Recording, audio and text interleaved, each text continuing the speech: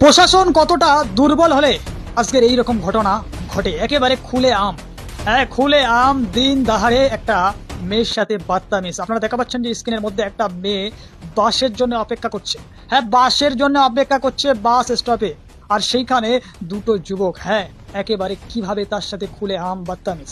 ভাবতে পারেন হিন্দু রাষ্ট্র দেশে, হ্যাঁ যেখানে 70% হিন্দুরা থাকে, হ্যাঁ চোখে চোখ রেখে কথা বলছি, প্রশ্ন তুলছি আপনাদের কাছে, যেখানে আজকে 70% হিন্দুর বাস, সেখানে আজকে হিন্দুরা খাচ্ছে।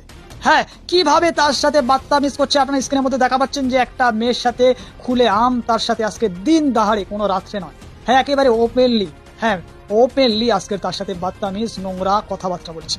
ভাবতে পারেন হ্যাঁ আজকে কোন দেশে আপনি বাস করছেন, যেখানে সুরক্ষার দিক থেকে 1 নম্বর বলেন মোদিজি, হ্যাঁ আমার দেশ সুরক্ষিত।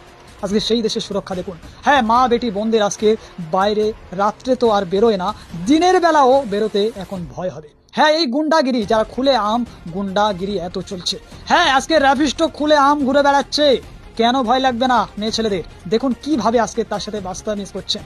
আপনি কোন দেশে বাস করছেন যে দেশে আপনার মা বেটি বোনদের আজকে সুরক্ষা নেই? আজকের পুলিশ প্রশাসনের ভূমিকা কোথায়? আজকের ওই রাজ্যগুলোর আজকের প্রশাসন দুর্বল না হলে এইভাবে খুলে আম একটা মহিলার সাথে বাচ্চামিজ করতে পারে না, একটা মেয়ের সাথে। ভাবতে পারেন হ্যাঁ তারা আবার এই বাংলায় সেই সরকার, বিজেপি সরকার নাকি বাংলায় সুরক্ষা দেবে, হ্যাঁ বাংলায় বিকাশ করবে। প্রশ্ন আপনাদের কাছে, কাদেরকে আপনারা এই বাংলায় জায়গা দিতে চাচ্ছেন? হ্যাঁ কাদেরকে আপনারা এই বাংলায় জায়গা দিতে চাচ্ছেন, যারা আজকে দেশের সুরক্ষা দিতে পারছে না?